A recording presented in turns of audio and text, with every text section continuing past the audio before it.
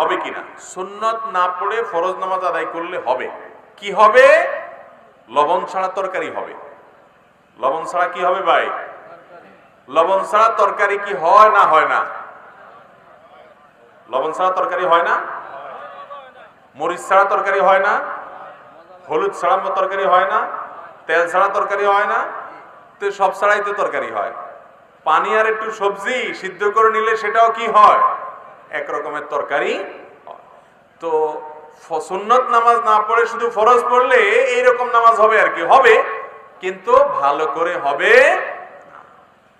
মনে রাখবেন, 5 ওয়াক্ত ফরজ সালাতের আগে পরে বিভিন্ন সুন্নত সালাত যে শরীয়তে রেখেছে, এটি আমাদের ফরজ সালাতের পরিপূরক।